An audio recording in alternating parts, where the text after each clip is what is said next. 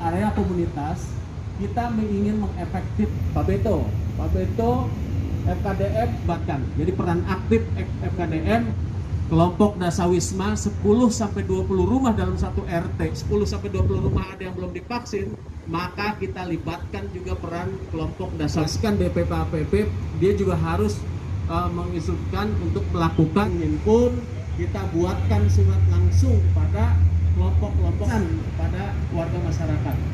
Nah ini harus kita buat. Dari 3 pilar Jakarta Pusat, dalam hal ini TNI Polri, dari Polres Metro Jakarta Pusat, Kodim 0501 Jakarta Pusat, dan pemerintah kota Jakarta Pusat, menginisiasi berdirinya posko bersama di sini. Jadi memadukan 3 kekuatan ini bersinergi dalam menghadapi fenomena ataupun dinamika COVID-19 yang saat ini terus meningkat.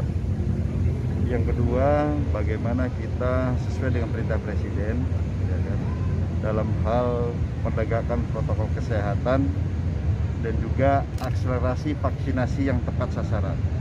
Nah, pagi ini kami sambil kita berdiskusi dari berbagai leading sektor yang ada siap pagi ini, bagaimana kita memaksimalkan fungsi daripada posko bersama ini, yang intinya adalah menghadapi melonjaknya laju penyebaran virus COVID-19. Kemudian dari sisi posko bersama ini diharapkan kita bisa menganalisis secara tepat sebenarnya dinamika penyebaran COVID di suatu wilayah itu seperti apa, sehingga terapinya atau treatmentnya itu juga pas.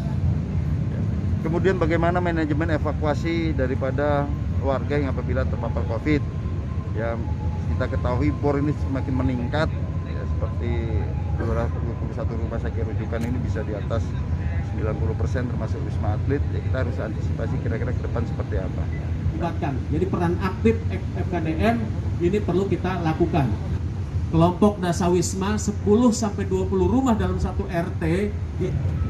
Justru posko ini merupakan titik kumpul stakeholders ya, khususnya 3 pilar dalam rangka kita menekan kasus COVID-19 yang ada di Jakarta Pusat.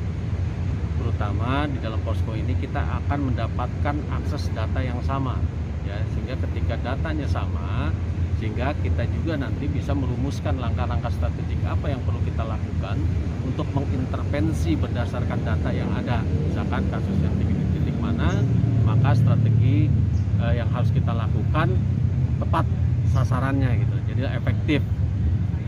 Ini yang mau kita bangun di dalam posko. Jadi intinya pertama adalah kesamaan data, itu yang kita bangun di dalam posko.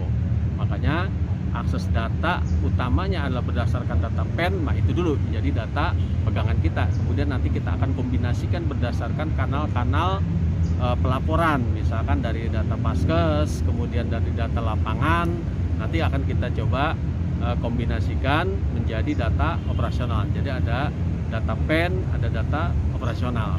Askan DPP-APP dia juga harus menginstruksikan untuk melakukan pun kita buatkan surat langsung pada kelompokan pada warga masyarakat. Nah ini harus kita. Jangan lupa subscribe ya.